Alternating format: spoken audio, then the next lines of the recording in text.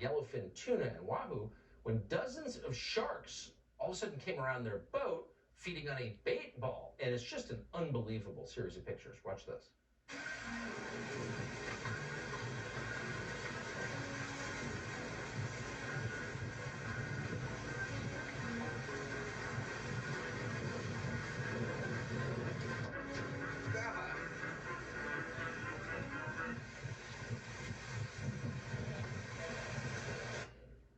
Mark Hardesty is the captain of the boat, Money Shot. He's one of the people who was there that day. He joins us now. Mark, I don't know how long you've been on the water, but have you ever seen anything like that in your life? Well, not to this degree where they just came up under the boat like they did. We've seen it many times, though, because the shark population in the north central Gulf has exploded, kind of like a cockroach infestation, and it has just dramatically increased, and it has decimated a lot of the food fish, and is working on the game fish that are so prevalent in Venice, Louisiana, because the federal restrictions under the Magnuson-Stevens Act have really done a toll on the fishery, and it's certainly a overregulation situation that's going on now.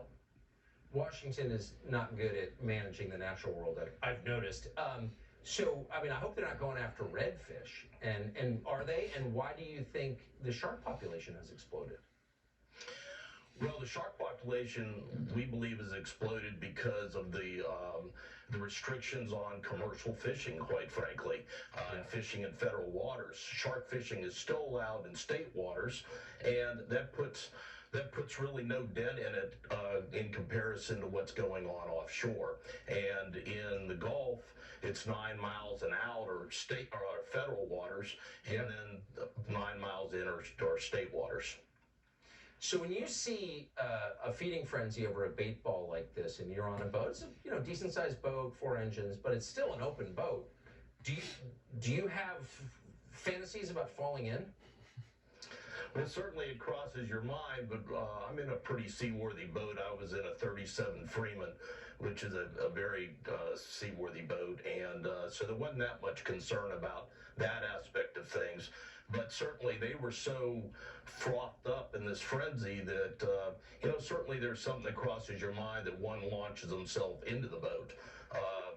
Luckily that didn't occur, and unfortunately this is just occurring more and more.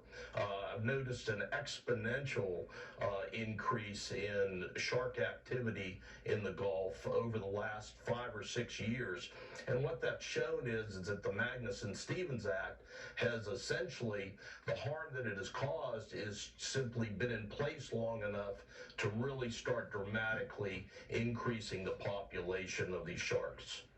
Yeah, I think people who understand nature should have a voice in the management of our natural world, but of course you don't, unfortunately. Mark Hardesty, thank you so much for joining us tonight.